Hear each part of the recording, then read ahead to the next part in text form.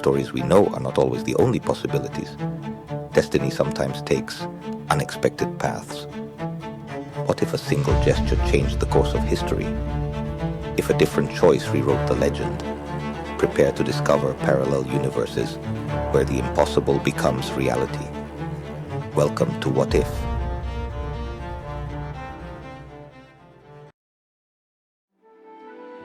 Prologue. What if? What if Daenerys had taken King's Landing before facing the Night King? For years, the living fought for a throne, while death marched from the north. In the story you know, Daenerys Targaryen postponed her conquest to seek a truce with Cersei Lannister, meeting in the Dragon Pit after the rescue of Jon Snow and his companions beyond the Wall. A false truce, a deal based on a lie, and a mistake that would cost her much more than time. But in this story, everything is different. This time, Daenerys does not wait.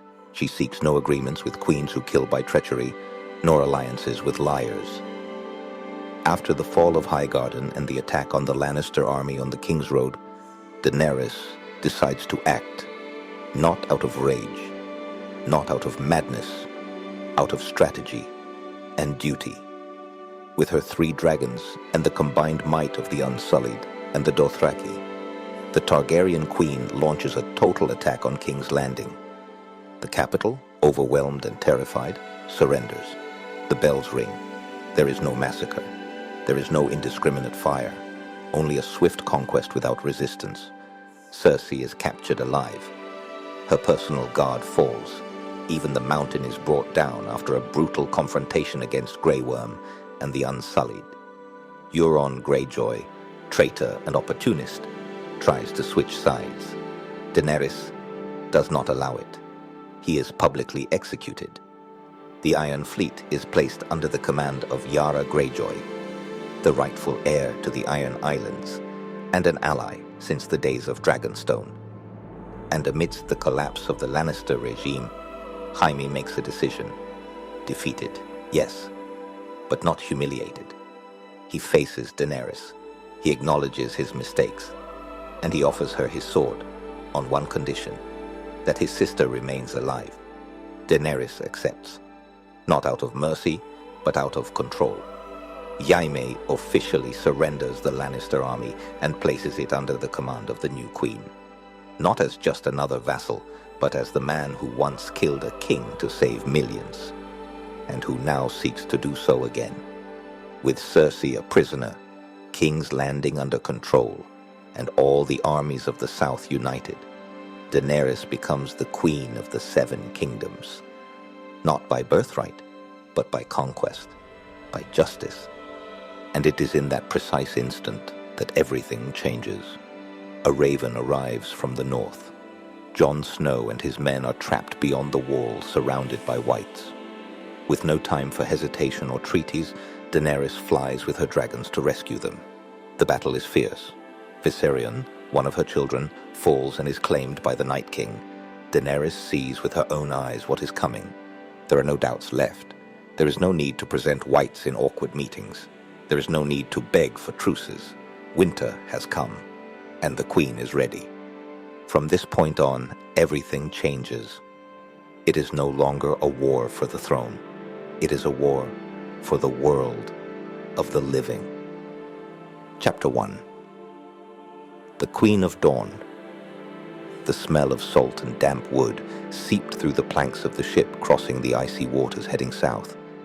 Outside, the wind howled through the sails, and the oars cut the sea with a silent cadence, as if afraid to wake something beneath the surface.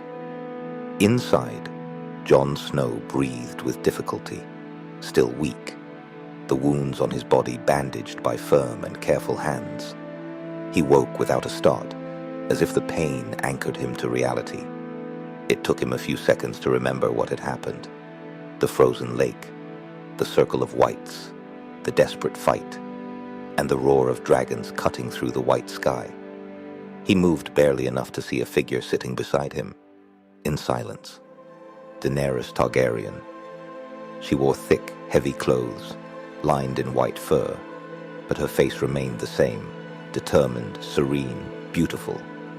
She watched him without speaking, until he managed to whisper with a raspy voice, "You are here."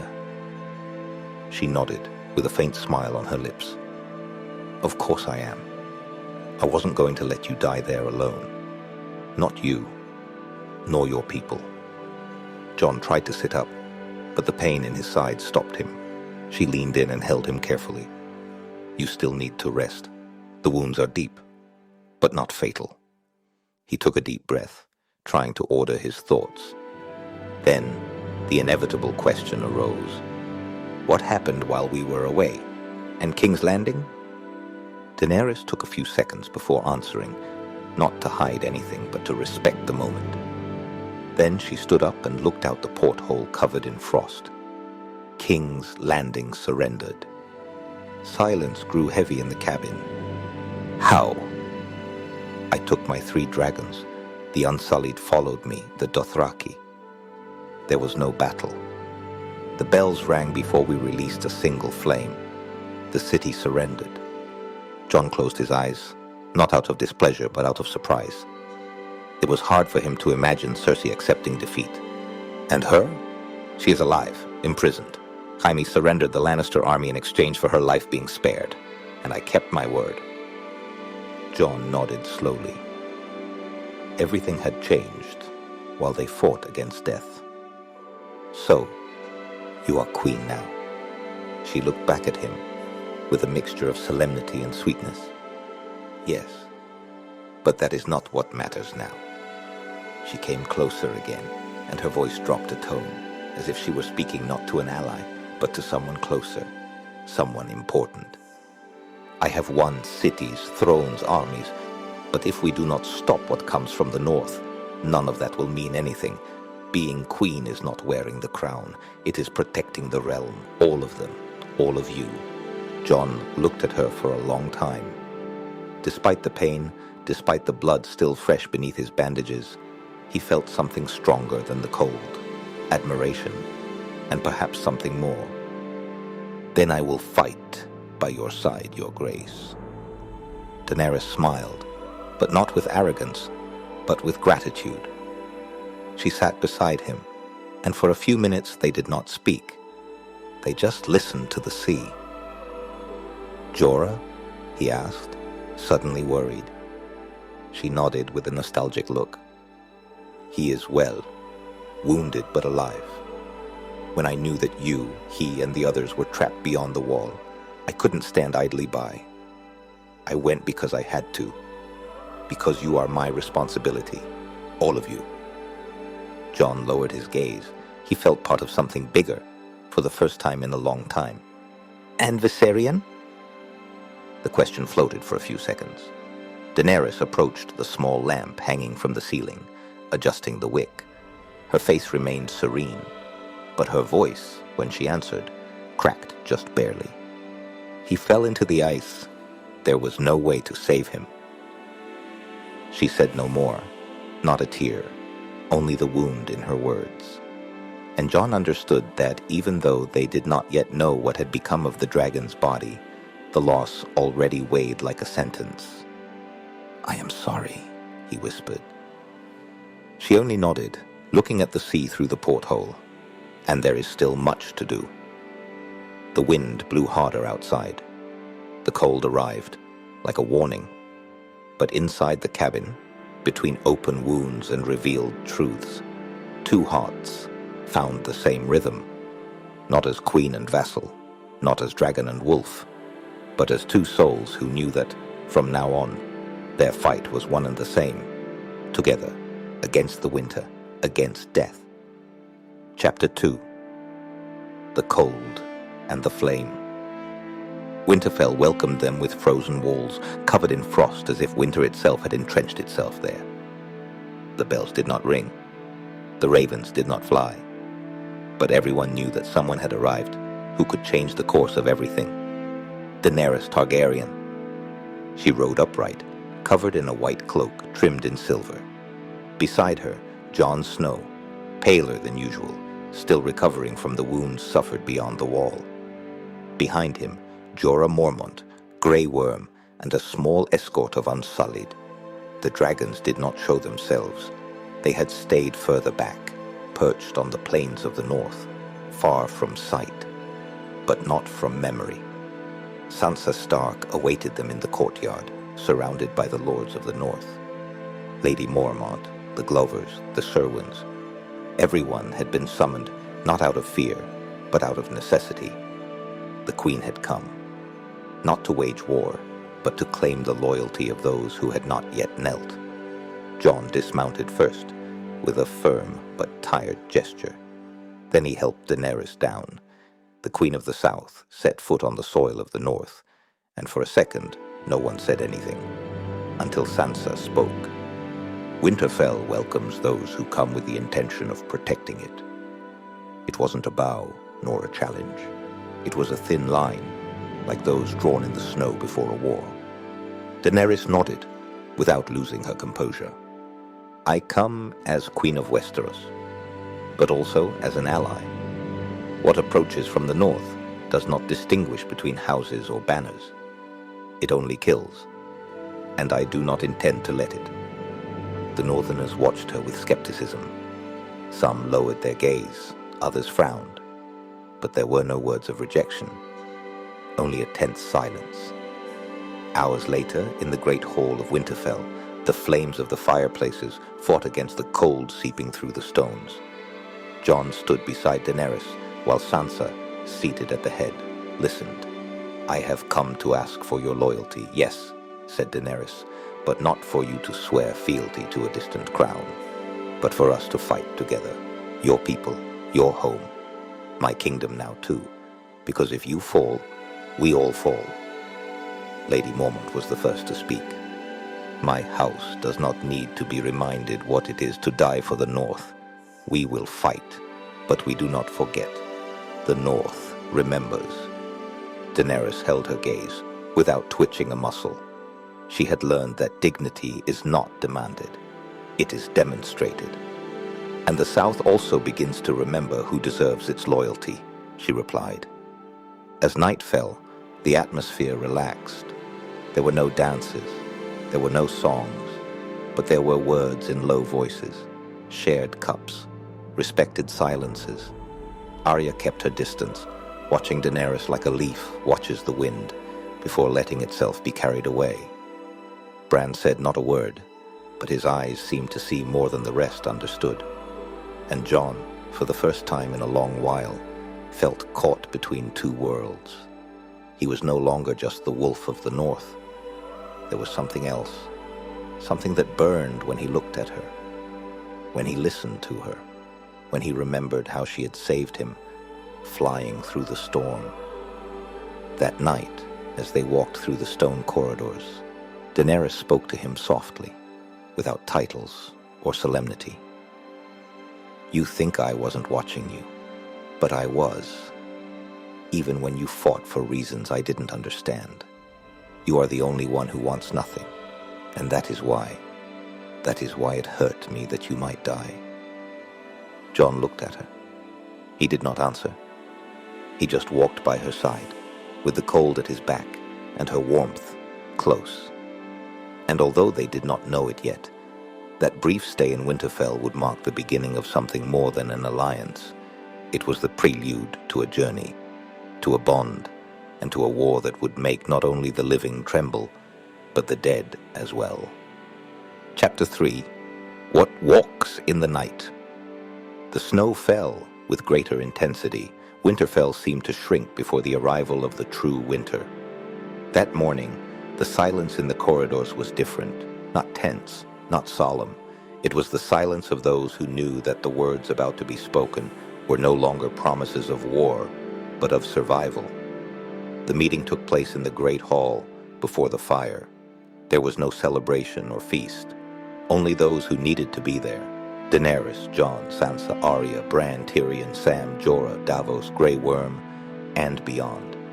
Like a shadow lurking Petyr Baelish, watching from the gloom with that half-smile that inspired neither trust nor contempt, only mistrust. Tyrion was the first to speak, breaking the silence. What do we know of the North? of the wall. Sam leaned toward the center of the table, unfolding a piece of parchment damp from the snow. A raven arrived this morning, from what was Eastwatch by the sea. Everyone looked at him. "Was?" asked John. "They report that the ice cracked, that something fell from the sky and leveled everything. Blue fire, the roar of a beast. No further reports have been received. But if the message is true..." "The wall has fallen," said Daenerys, without raising her voice. Bran spoke then, with the calm of someone who does not opine, but states facts. "Yes, the barrier has been broken. The Night King no longer needs to hide. He has begun to move." "Where to?" asked Davos. Bran raised his gaze. His eyes were no longer entirely human. "They have crossed Last Hearth. I have seen it." No one dared to interrupt him. "They do not advance like an army. They advance like a storm. Everything their path touches dies and rises." Daenerys watched him in silence. She didn't fully understand it, but she didn't doubt it. Her instinct told her that this boy did not speak in exaggerations. He spoke the truth, the kind kings usually ignore until it devours their crown. "Do we know how many they are?" asked Tyrion. "Thousands, tens of thousands. There is no way to count them. They are as many as there are bones in Westeros," Bran replied, with no inflection in his voice. Sam intervened then, spreading out some old papers worn by reading and urgency. "Dragon glass kills them, also Valyrian steel. I have confirmed the inscriptions I saw at the Citadel. Obsidian is ancient, but effective, and fire repels them, although it isn't always enough." Arya remained silent, her eyes fixed on the table. She watched, but did not intervene, as if she were already measuring everyone present, waiting for the inevitable. "There are reserves at Dragonstone. Weapons have begun to be worked on. Grey Worm can confirm it," added Sam. "We have begun the casting of spears, blades, and arrowheads," said the commander of the Unsullied with his firm voice. "The process is slow, but constant." Jorah spoke then, looking at Daenerys with respect. "My queen, there is another problem.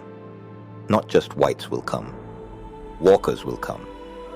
And perhaps something else." Jon looked up. "A dragon."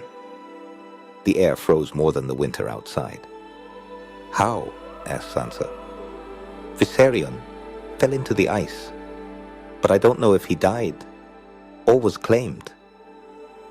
Daenerys pressed her lips together. The silence weighed heavy. No one added anything. No one wanted to imagine what that would mean. Tyrion was the one who recovered the sense of the conversation. "Then we must prepare for the worst. Not just a horde, but a winged monster. The Night King will know what he is doing. And now, more than ever, we have to act with intelligence. We cannot limit ourselves to resisting." Daenerys stood up. The fire at her back seemed to grow with her voice. "We will return to King's Landing. There we will gather all loyal leaders. The North has spoken, and I honor it. But the war that is coming is fought with armies, not just wills." Sansa nodded, for the first time without a trace of coldness. "You will have our support." Jon approached her, and his words were simple. "I will travel with you." He didn't say it as a subject, nor as a soldier. He said it as an equal, as something more. Bran wasn't looking at them. He was looking at the fire, or at what lay beyond. "They are coming," he whispered. And outside, on the white horizon, the flakes kept falling, heavier, more silent, as if they were the steps of something that could no longer be stopped. Chapter 4. Fire in the Ice. The wind blew clean through the hills of the south. The snow melted into drops on the stone as the royal convoy descended through the white valleys, separating Winterfell from the lands of the Trident. Left behind were the hard stairs, the frozen walls and the silent oaths. Ahead, an uncertain destiny, and a queen with the weight of the world on her shoulders. Daenerys rode beside Jon, neither in front nor behind. Around her, Jorah, Grey Worm, and some soldiers from the north and south shared the march, mixing banners that until recently represented enemies. Now they were all the same, flesh and blood before a tide that does not forgive. During the first days they barely spoke, not out of distance, but out of exhaustion. The journey wasn't long, but it was heavy. It wasn't just about returning to King's Landing. It was about returning with the certainty that every day lost was one more stride for death. On the second day at dusk, they camped by a frozen stream. The campfires crackled in silence, and conversations died out one by one, like embers under the snow. Jon found Daenerys by one of the fires, absorbed in the flames. She didn't dress like a queen, nor speak like one. She was just a woman, tired of losing, and yet willing to keep fighting. "I hadn't seen you sitting since we left," he said, approaching. "If I sit too much, I won't get up." Jon remained standing, contemplating the fire with her. The flames reflected in his eyes, but he didn't fear them. He never had. "When I returned from the north, I didn't know what I was going to find," he said after a while. "I thought maybe everything would have changed, that maybe there wouldn't be anyone left." She looked at him. "And you found me?" Jon nodded. "Yes. But you were no longer the same." "Does that scare you?" "No, but it makes me think that I am not the same either." Silence. Only the sputtering of the wood and the murmur of the stream. "Do you think the others will follow us?" she asked. "Some already do. Others don't know it yet. But if they follow you out of fear, you will have lost. If they do it out of hope, then there is still something to save." Daenerys lowered her gaze as if weighing the advice inside. Then she stood up. She was so close that he could feel the warmth of her breath amidst the cold. "And you? Why do you follow me?" Jon looked at her, serious, direct. "Because you didn't save me for the throne, nor for a prophecy. You saved me because you believed I was worth it, and I believe the same of you." For an instant, Daenerys seemed younger, freer, as if under all the crowns that had tried to suffocate her, there still remained a part of her that only sought to be seen. They didn't kiss, not yet. It wasn't the moment, but something changed in the way they looked at each other. No longer as allies, not even as lovers, but as two people who had chosen each other before the world decided for them. The next day, when the columns resumed their march, their mounts rode closer. They no longer spoke with words, only with gestures, with looks, with the certainty that what they built in the coming days would have to withstand not only the dead, but the whole world.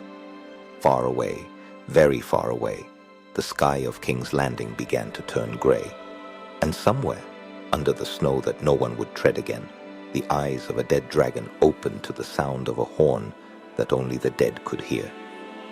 Chapter 5. The Crown and the Ash. King's Landing awoke under a cloudy sky with the stones of the King's Road still stained with the mud dragged in by patrols.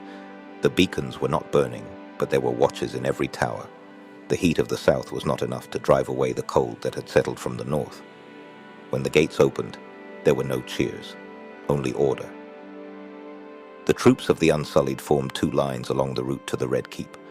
On both sides, city soldiers, already sworn, maintained their composure. High on the walls, Targaryen banners flew firmly, a three-headed dragon on a black background, shining against the old stone. Daenerys did not enter alone. Beside her rode Jon Snow, Grey Worm, and Jorah Mormont. Further back, between northern banners and the Iron Fleet anchored in the bay, Yara Greyjoy advanced with her personal guard. Her ships, fast and dark, had been the first to secure the harbor. No one had dared to oppose them. The citizens watched from alleyways and windows. They didn't shout, they didn't throw flowers, but neither did they spit. There was no fear, only uncertainty. For them, the queen now crossing the gates was not the daughter of the Mad King. She was the woman who had taken the city without a single blaze. And that, in King's Landing, was more than could be said of any recent monarch. The meeting was held in the throne room, now void of Lannister symbols. The iron seat was not the center of the scene. The center was the round table placed in the middle of the room, on a map still stained with ash. Daenerys sat, not on the throne, but at the head of the table. "We are here because time is running out," she began without ceremony. "And this will be the last time we can decide how to fight. After this, only confronting our destiny will remain." To her right, Tyrion nodded with a tired gesture. To her left, Jon kept his gaze low, but attentive. Facing her were the familiar faces: Davos, Grey Worm, Yara Greyjoy, Jaime Lannister, Jorah, Varys, and 2 lords of the Reach and the Stormlands who had sworn fealty after Cersei's fall. Jaime was the first to intervene. "The Lannister army is quartered in the western hills. I have reinforced the supply routes to the Trident, but we won't be able to hold out if the enemy surrounds us." Yara crossed her arms. "The Iron Fleet is ready. We can evacuate or relocate troops along the coast, but we can't fight Whites at sea. Only buy time." "That time is all we need," added Tyrion. "If wildfire can be used in a controlled manner, and if dragonglass continues to be produced at Dragonstone, then there is a possibility of resistance." "And if it is not enough?" asked Davos. "And if they come with something else? With something that flies?" No one answered, but Daenerys' gaze darkened for an instant. They still knew nothing. They only feared it. "We will not fight at Winterfell," she said, "nor in these streets. We will seek open ground, fortifiable, where we can choose how to die or how to survive." Jon, silent until then, looked up. "Then we must choose well, because if we fail, there will be no second line. There will be nothing." The council dissolved an hour later, not with certainties but with tasks, with strategy, and with fear. That night, on one of the balconies of the Red Keep, Daenerys watched the sleeping city. Jon approached without speaking. "I never wanted this place," she said. "But it is yours," he replied. "And even so, I don't know if I will know how to keep it." "You will know," murmured Jon, "because you didn't take it for yourself. You took it for everyone." She turned to him, the city behind, the war ahead, their faces a breath away. But they didn't kiss, not yet. In the distance, beyond the river, a black raven crossed the sky like an arrow. It carried a message that no one had written, and in the ice, in a place with no name, the Night King walked among his generals. Beside him, a dead dragon raised its neck, and the world trembled without knowing it. Chapter 6. The General of Winter. The storm was not just snow, it was silence, it was order, where the living left tracks, screams, desertions, and fear. The dead advanced as one, without drum or horn, without error. Upon a forgotten plain, under the blue shadow of a sunless sky, the Night King observed the map he did not need to see. He used no parchments, he used no ink. The earth was his map, and the cold his messenger. 3 walkers stood before him. They did not speak, they only waited. With a barely perceptible gesture he pointed them out. One to the west, another to the east, and the last straight to the south. They were not small columns. They were spearheads, directed with surgical precision. The orders were clear. Do not attack the Queen. Not yet. Do not go for the Iron Throne. Not yet. First, break the edges. Force the enemy to move. to divide, to fight on fields he chooses, to lose men in battles that will decide nothing except the number of corpses that would now march under his banner.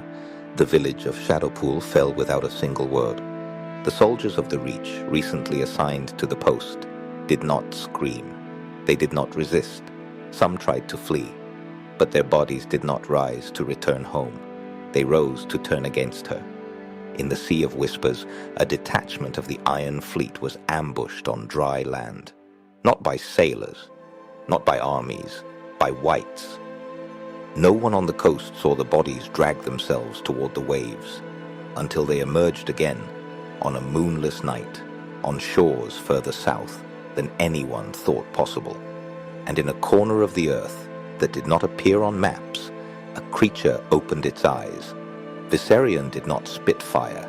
He spat emptiness, a frigid breath that crystallized the soul before the flesh. He flew low among ruins, with no need to roar. Dozens of whites without will followed him. The Night King rose. He did not run.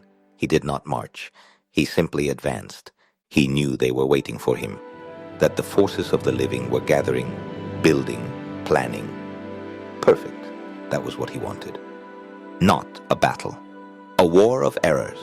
A war where every victory of the living was one more step towards death, because he did not need to win immediately. He only needed them to try.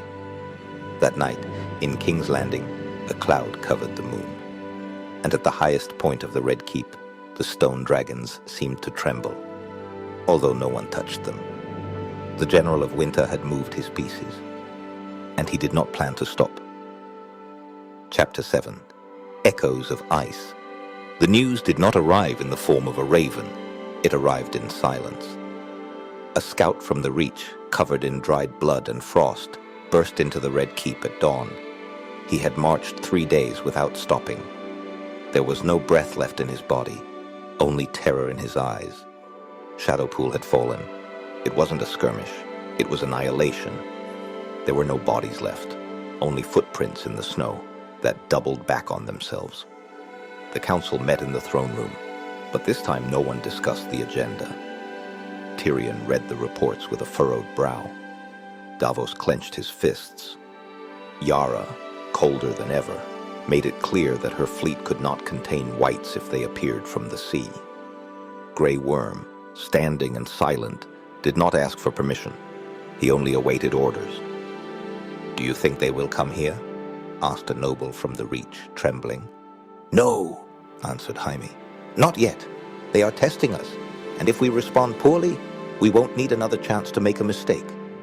Tyrion sat up, leaving the papers. "It's not just about defending. If we go out in all directions, we will fall into their game." "And what is their game?" asked Yara. Jon was the one who answered. "To force us to divide, to lose men, to give them more soldiers with every defeat." Daenerys listened, motionless at the center of the table. "Then we will divide nothing, but neither will we wait sitting down." Everyone turned to her. "The Night King wants us to weaken, to doubt, to fight amongst ourselves. We will not allow it.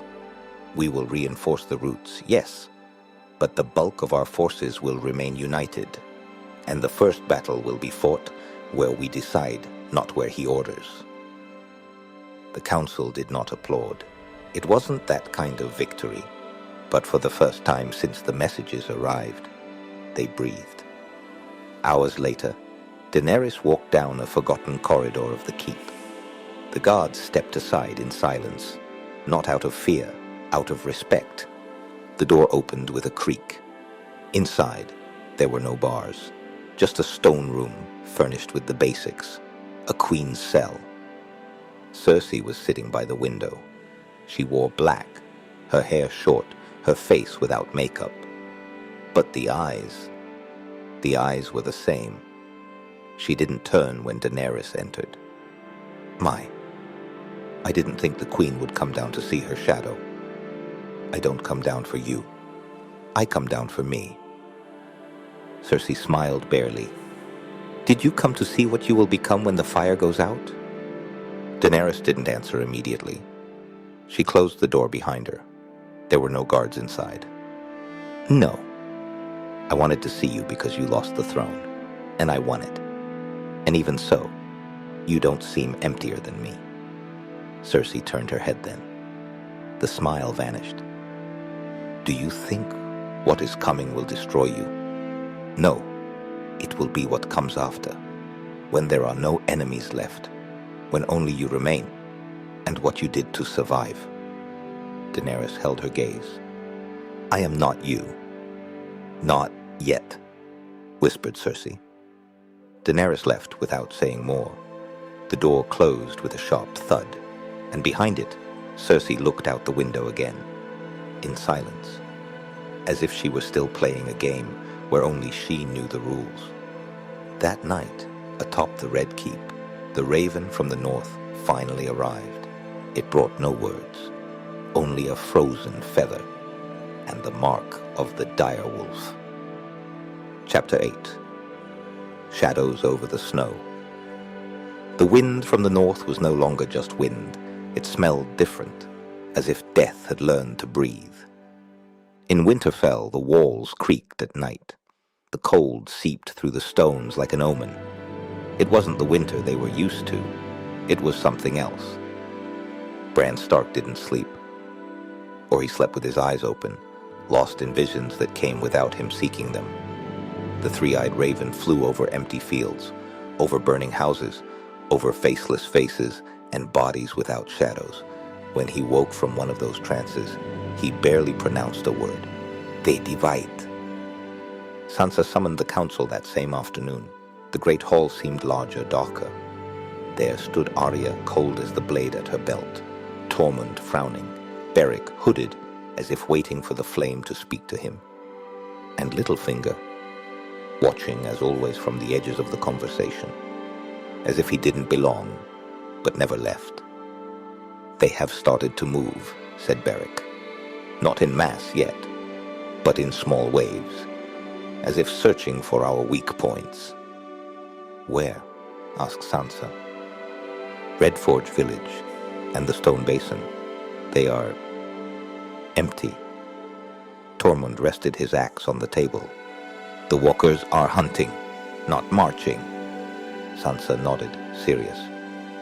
Winterfell will not hold if they come with everything. No one said it, but everyone thought it. It was time to prepare a retreat. Far away from there, in the Red Keep, the raven that had brought only a frozen feather rested on a table, surrounded by heavy silences. Jon and Tyrion discussed the possible meanings. Missandei, standing to one side of Daenerys, did not speak. She only listened. Do you think it's a warning? Asked Jon. No, it is a silent plea, answered Tyrion. They are telling us that it is already late, and that the next place will be Winterfell. Daenerys did not look away from the raven. Then we won't leave them alone. Missandei leaned toward her. She didn't speak to her as an assistant, nor as a translator. She spoke to her as a friend. You cannot save everyone, Daenerys, but you can choose where you make your greatest difference. Daenerys looked at her for the first time in days with a different expression. Not as a queen, as a woman, as someone who still doubts, but decides to move forward. That night, the strategy room filled up again. Jorah unfolded the map. Jaime pointed out the open routes, and Jon marked a point in the center of the riverlands, the ford of the Blackwater, where there were still garrisons and natural defensive terrain. We can send a contingent and wait there. If the Night King seeks to divide us, let him run into a trap, said Jon. And if he ignores that zone, asked Davos, then we will have already bought time. And a little time in this war can mean a life. Daenerys gave her approval. Jorah would depart with part of the Unsullied. Jon would go with him. Not the whole army, but enough to make a stand. If we face them, let it not be blindly, she said. Tyrion nodded. Jaime too. No one applauded, but everyone knew the stillness had ended. That same night in Winterfell, Arya was alone in the courtyard. She wasn't training. She wasn't standing guard. She was just looking north. She knew that if the dead arrived, they wouldn't knock on the door. And if they did, they wouldn't wait for an answer. Chapter 9. Blackwater. The sky over the riverlands was grey, but not from rain. Winter advanced without the need for storms. The cold no longer came from the north. It came from everywhere. The Blackwater, once a minor military crossing, had become an improvised bastion. Jon and Jorah had chosen it for its strategic location. Solid ground, open roads, flanks with hills and visibility. What they didn't have was time. The camp extended between the ruins of an old keep and a forest of broken trees. Soldiers from the north, the Reach, and the Kingsguard shared tasks amidst the frost and tension. No one knew when they would come. They only knew that they would. "There is movement north of the river," reported a scout. "They aren't many, but they don't patrol. They just walk." Jon reviewed the map with Jorah at his side. "They want us to think it's a vanguard, but it isn't." "Bait?" asked Jorah. Jon nodded. "A test. If we fall, we hand them men. If we win, we will have spent strength for a battle that doesn't count." But they couldn't not respond, because if they let them pass, the next point would be deeper, closer, more exposed. The combat began at dawn. It wasn't a great battle. There were no trumpets, nor cavalry charges, only frost breaking under unliving steps and the hollow sound of steel against bone. Jon fought with contained strength. For every enemy he struck down, a comrade fell, and every fallen comrade rose if they weren't burned quickly. Jorah moved with precision, cutting, pushing, shouting orders. Around him, the soldiers of the Reach proved they knew how to die. Some of the Kingsguard, less accustomed to horror, broke ranks. It lasted less than an hour, but it left more dead than many days of war. That same afternoon in King's Landing, Tyrion analyzed the report with gritted teeth. It wasn't an ambush. It was an experiment. Daenerys shot him a look. And what did they learn? That we are not ready, and that we react as they expect. Missandei by the window watched the sky.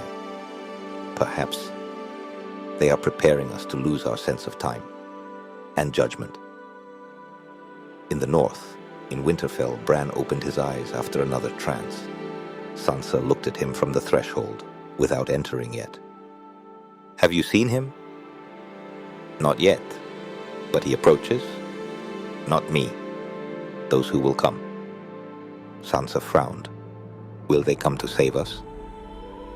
Bran looked at her without expression. "They will come to decide if it is worth trying." Night fell over the Blackwater. The campfires were more out than lit. The soldiers slept with their faces turned to the ground, as if they didn't want to dream, and atop a hill covered in ice, far from sight, a figure watched the camp with blue eyes. The Night King was in no hurry, because hurry was a mistake of the living. Chapter 10. Echoes of the Wolf. Ravens flew aimlessly over the field of the Blackwater. No screams were heard, only the creaking of ice opening under the fallen bodies. The whites hadn't stayed. There was no victory to celebrate, only death, an efficient death. Jon observed the terrain from a hill. They had won, yes, but at an absurd cost. That hadn't been a victory. It had been a warning. Jorah, with a wounded arm and a tense gaze, approached in silence. "They won't come back this way," he said. "They don't need to," answered Jon. "They already saw what they wanted to see, and so did we." The men buried their own, but not in the earth. Fire was the only thing that guaranteed they wouldn't rise. In Winterfell, the council room had turned into a war room. Brienne, standing by a rough map nailed to the wall, spoke with a firm voice. "If they surround the forest to the east, we won't have escape routes when the time comes. We need to clear the paths while we can." "They won't reach the walls yet," said the Hound. "They aren't idiots. They want us to come out for them." "And maybe they'll succeed," replied Arya from a corner. "Because if we don't go out, we will die inside here, and we will be the ones killing the others." Beric, with his sword sheathed, intervened for the first time. Not all fires burn to fight. Some just mark the end of the road. Sansa listened to them. She didn't argue. She just thought. Bran woke that night without a scream, but with eyes darker than usual. Sansa found him in the Godswood. He hadn't eaten for hours, or slept. "Have you seen something?" Bran didn't take long to answer. "He is not approaching fast. He approaches with intent. He wants us to weaken, to abandon hope, to doubt our decisions." Sansa didn't fully understand. "Why doesn't he come straight for you?" "Because it is not his way. His war is older than us, and it is not always won with strength, but with fear." That same night, in the rookery, Samwell Tarly wrote in haste, but without disorder. The ink trembled on his quill. The message wasn't long, but it was clear. If the Night King finds Bran, he won't find just a Stark. He will find the memory of the world. And then, the darkness won't have to destroy what we were. Only wait for us to forget it. He folded the paper, sealed it with wax, and looked at the raven before releasing it. "Take it, and fast, please." In King's Landing, Tyrion and Jon were speaking in subdued voices when the raven arrived. Missandei was the one who handed it to Daenerys. She read it in silence. No one said anything for a few seconds, not even Tyrion, until finally, it was Jon who spoke. "And now?" Daenerys still held the message. "Now we know what is at stake." And in the furthest north, between mountains of ice and dead trees, the Night King advanced without haste. By his side, Viserion rose into the air. His wings let frost fall upon the tundra. The weirwood tree that stood in the distance no longer had a face, only a crack that looked like an open mouth. Chapter 11. When Walls Aren't Enough. The sun hadn't touched the battlements of Casterly Rock for 3 days. The inhabitants spoke of an early winter, of sea mists and winds from the west. Some said it was normal, others said it wasn't, but no one dared to name it aloud. Most of the troops were in King's Landing, under Jaime's command. In the ancestral fortress of the Lannisters remained veteran captains, garrison soldiers, some servants, and the lesser lords of the West, who never thought the war could reach so far. The first symptom was silence, not that of the night, but that of the cliffs. The gulls disappeared. The sea stopped roaring, only the wind, a dry wind like dead breath. Then came the fog. From atop the east tower, a sentry thought he saw shapes moving in the mist rising from the coast. He didn't sound the alarm. Yet, 5 minutes later, his scream wasn't heard. He just fell, silent, like the rest. The Night King needed no gates. He walked through the corridors of rock as if he knew every shadow. In his wake, the Whites didn't speak. They didn't scream. They only obeyed. He didn't raise his weapon. There was no need. A signal was enough. The walls didn't fall. There was no fire. There was no siege. Only bodies. Lady Mera Lannet, from one of the oldest vassal houses, tried to organize the defense of the central hall. She knew how to handle a sword. She knew how to maintain composure. But she didn't know how to fight against the ice creeping up the walls, nor against the corpses of her own servants. She died on her feet, not out of bravery, out of disbelief. At dawn, Casterly Rock was not burning, but neither was it breathing. The banners still hung. The gates were not broken. From afar, it looked like a city in calm, except there was no one left to open them.